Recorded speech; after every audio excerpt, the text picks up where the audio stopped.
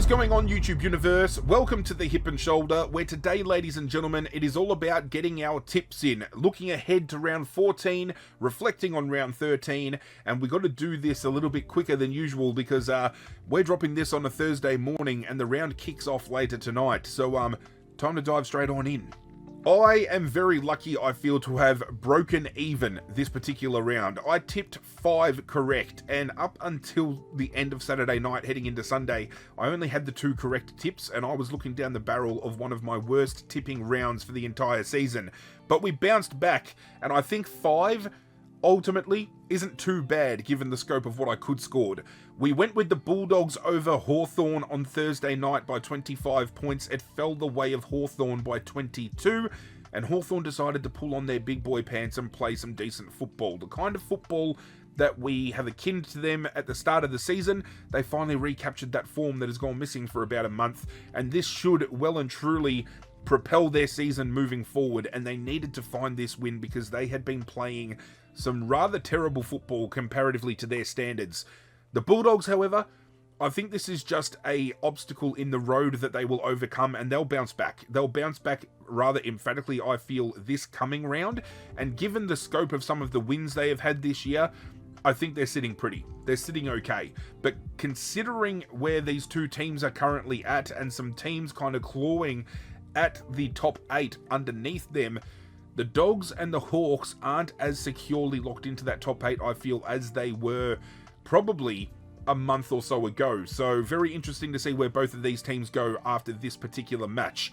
Friday night, I finally picked up my first correct tip of the round. We backed Adelaide at home over Brisbane, and this was a game that I feel Adelaide probably had no right to win up until three-quarter time. Brisbane were the dominant team. They played the more superior football, but at the end of the day, Brisbane kicked 8 behinds in the final term and fumbled this win clean out of their own hands, allowing Adelaide, who had only kicked 5 goals up until three-quarter time, to kick 5 goals in the final term alone.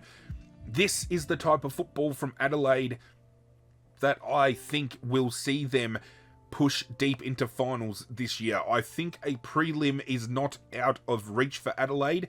Their best is very good. It's just the inconsistency of finding that best that has let them down in previous years.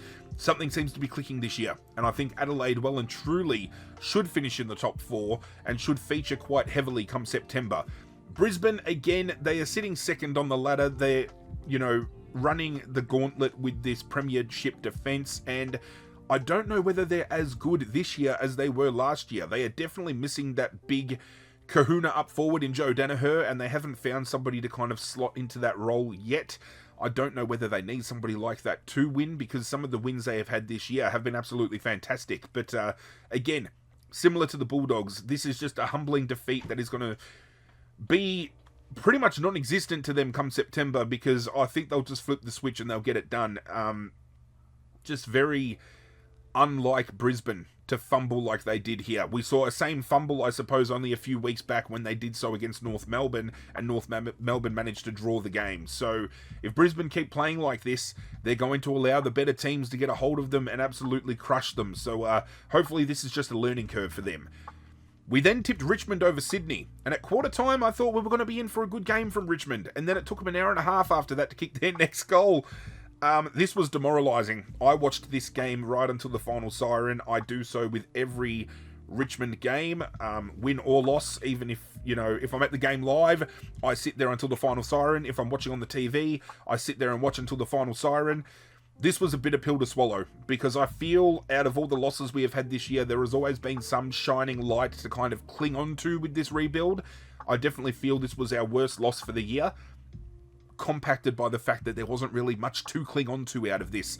Sydney answering that huge defeat the week prior, coming out to Melbourne, getting a big win, going to really boost morale around the club, especially given they are very haphazard forward of the ball. They played James Jordan in a negating role against Nick Vlosten, and he kicks 3 goals, and it was very Very much a masterclass, I feel, from Dean Cox in the way of coaching and strategically placing players. James Rowbottom after quarter time, keeping Dion Prestia very quiet, locking down Nick Vlosten with the James Jordan tag. You've got to give credit where it's due. This is a coach in his first year that is still finding his feet, but he definitely pulled off some master strokes in this game. We then shift to GMHBA Stadium, Geelong defeating Gold Coast in a very scrappy game of football that had some terrible weather belting down. I think over the course of Saturday, the weather in general was just absolutely terrible. Bailey Smith withdrawn out of this game late, so I thought it would have given the Gold Coast an opportunity to creep up just a little bit closer, but Geelong just found a way to get it done. And this was a game where Jeremy Cameron didn't hit the scoreboard with a major, and they still found a way to score. They found a way through Tyson Stengel kicking 4 goals himself, which in the end was the differentiation between these two teams. Geelong just finding a way. With their run home, they should finish in the top 2, and if they don't, there is something incredibly wrong. I feel if they don't finish inside the top 2, they have fumbled the fixture they have been gifted this year. Gold Coast, on the other hand, they're going to get beaten by teams like Geelong. It's inevitable. They're still building in sense of learning Damien Hardwick's style. They are still kind of cohesively trying to learn, amongst each other and get that chemistry going. But I still feel they are a red-hot chance to play finals this year. It's just a matter of where in that top 8 fixturing they finish. After that, we went to Manuka Oval. And unfortunately, this is where I picked up another blemish because it was Port Adelaide dismantling GWS. I still feel the errant knee from Aaliyah to the back of Toby Green and forcing Toby Green out of the game played a huge factor, because I think Toby Green has that X factor about him that could have gotten GWS up and about.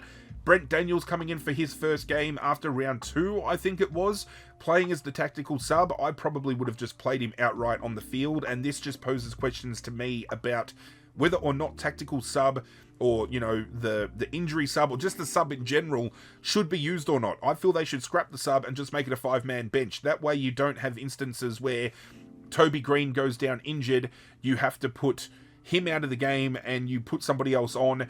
What would have happened if they had tactically subbed somebody out and then Toby Green got injured? They would be 1 man down on the bench and not being able to use that tactical sub again. So I definitely feel that is something they need to correct moving forward.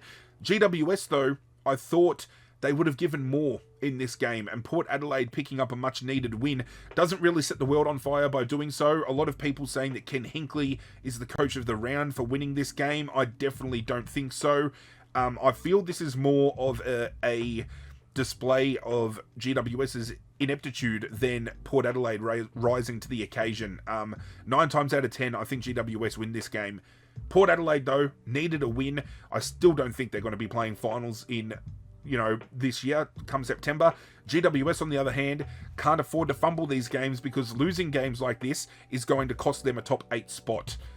We then had green ticks all the way. We had North Melbourne defeating West Coast in similar fashion to how we saw Adelaide get over Brisbane earlier in the round. North Melbourne had no right to win this game and then absolutely stole it, and West Coast fumbled it in West Coast fashion, kicking 16 behinds, I believe it was. Absolutely inaccurate. They'd be kicking themselves. I thought it was funny. I didn't touch on it in my round recap, but there was a joke that was made by the commentary box that had me absolutely in fits, and they turned around and pretty much said that West Coast would be kicking themselves, but they'd probably miss. I thought that joke was so on the nose, it was fucking hilarious. We tipped Carlton to defeat Essendon. This looked like it was going to be down the barrel of a 10-plus goal win for Carlton at quarter time, leading by 30, close enough to 40 odd points. But Essendon managed to scrap it back to an 8-point deficit. Carlton, incredibly disappointing this year. I feel Essendon is kind of around the mark of where I thought they would be, but neither of these teams are playing finals in 2025. A lot of people are saying Carlton probably push for the top 8. I don't see it happening, not with the brand they've been playing. And then we were lucky enough to get the 1-point victory with Collingwood over Melbourne. Stoked. Absolutely stoked. This was a very hard-fought game. It had controversy, it had drama, it was so good. It was one of the games of the round. I think the finish provided one of the best finishes we have seen for the year, And we had also taken North Melbourne this week as our certainty for the gauntlet, which means we are still alive and there are a lot of people that have been eliminated from that. So overall, to get the 5 out of 8 to finish the round, not too bad given leading into the final 3 games of the round. I'd only tipped 2. With that being said, 5 out of 8 is pretty abysmal considering the leader for the round, Jono Demon, got 7 out of 8 correct, 1 tip away from finalising a clear round. So congratulations must go to Johnny Demon for tipping the most correct amount of tips this particular round. And turning our attention to the total tips, it is still Skyvo Lana S leading the competition on 85 tips total. They are being trailed by Jazz Sky 13 sitting in second on 84 tips.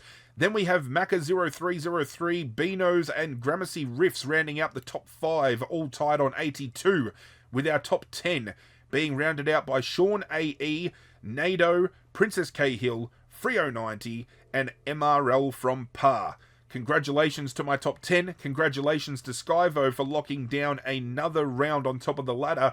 And at this point in time, we might as well not talk about myself in this ladder because we have to scroll all the way down to number 36. I've got 70 tips. I'm 15 off the lead. Comparatively to the top 10, I'm 10. I'm 10 tips out of the top 10. To get into the top 20, I've got to make up 6. I don't think it's happening. Round 14 action kicks off later tonight, and it starts with St Kilda hosting the Bulldogs at Marvel Stadium.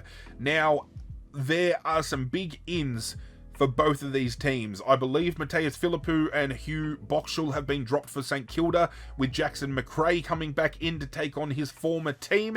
And for the Doggies, we have Gardner and Harms out, but we have the return of Sam Darcy. 2 huge ins respectively for either team.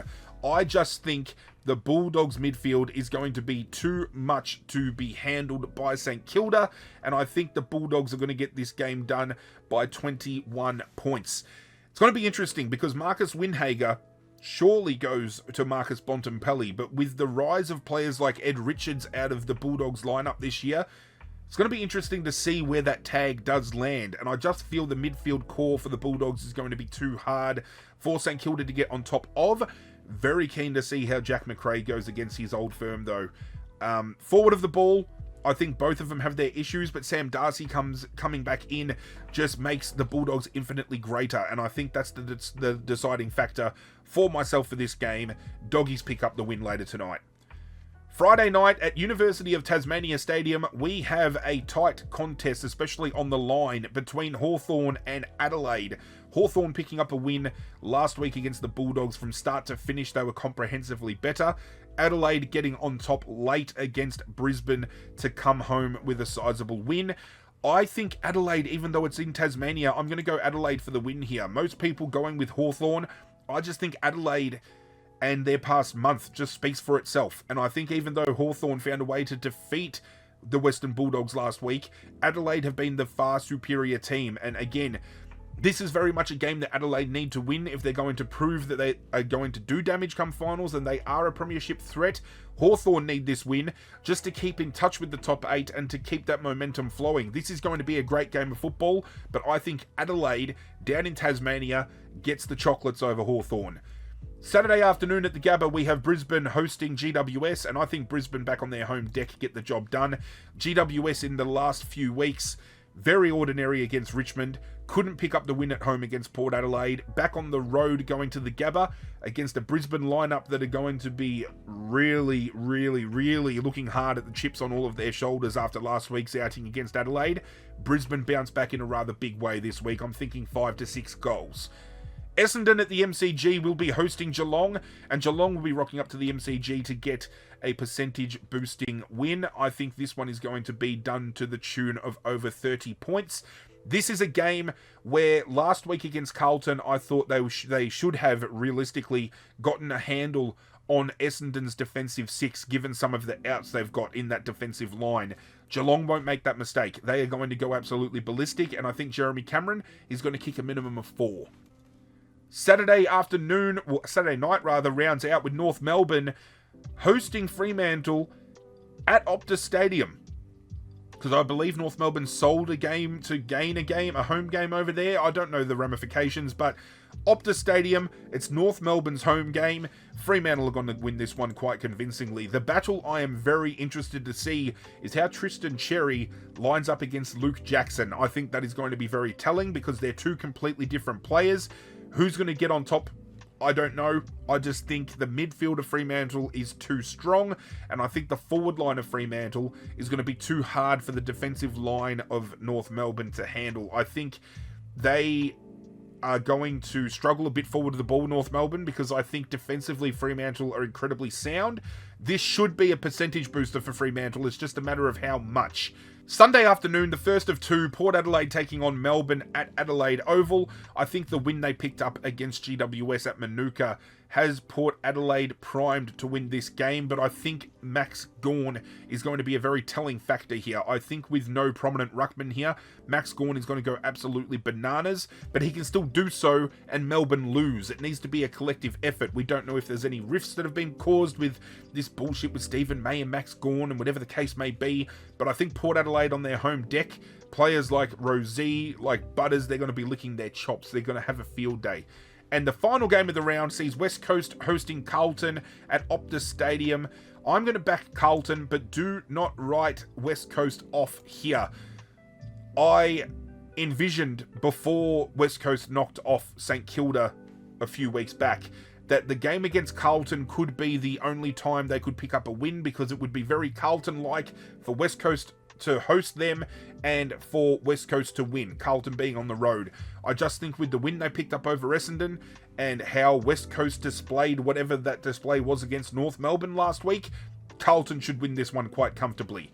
Just in reflection, Bulldogs, Adelaide, Brisbane, Geelong, Fremantle, Port Adelaide and Carlton, and we need to turn our attention to the gauntlet. It's going to be very interesting because there are a few teams here that we have not locked in yet that I should really be looking at trying to get on board with now. I think we go with the Dogs defeating St Kilda. I think that's a safe bet. Is it safe enough? Essendon could cause an upset. I can see a world where that does happen. Locking in Fremantle against North Melbourne at home, though, probably could be the go, considering Fremantle have been up and down. You know what? We're going to go with Fremantle. Hopefully North Melbourne don't decide to rock up to Optus and put on a show, and I hope that the Bulldogs don't just pump St Kilda and then we find out later on that Kangaroos are going to rock up to win. But Fremantle is my lock for the gauntlet this week, which has seen a huge drop. There's just a little over 9,000 left, considering we started with 83. Spewing. We didn't take West Coast off the board earlier because we wouldn't have to worry and we'd have more teams to kind of have up our sleeve, but that's okay. Beggars can't be choosers. We make it work. Thank you for joining me for today's video. I do hope you guys enjoyed. If you did, do me a favor and hit that like button down below. If you want to get on board the community we are building here, consider hitting that subscribe button. And if you've got any recommendations for content you would like to see me make, let me know in the comment section down below. But that's it from me, guys. I'm out of here. Good luck to your teams this weekend, provided they are playing. And as always, I will catch you guys next time.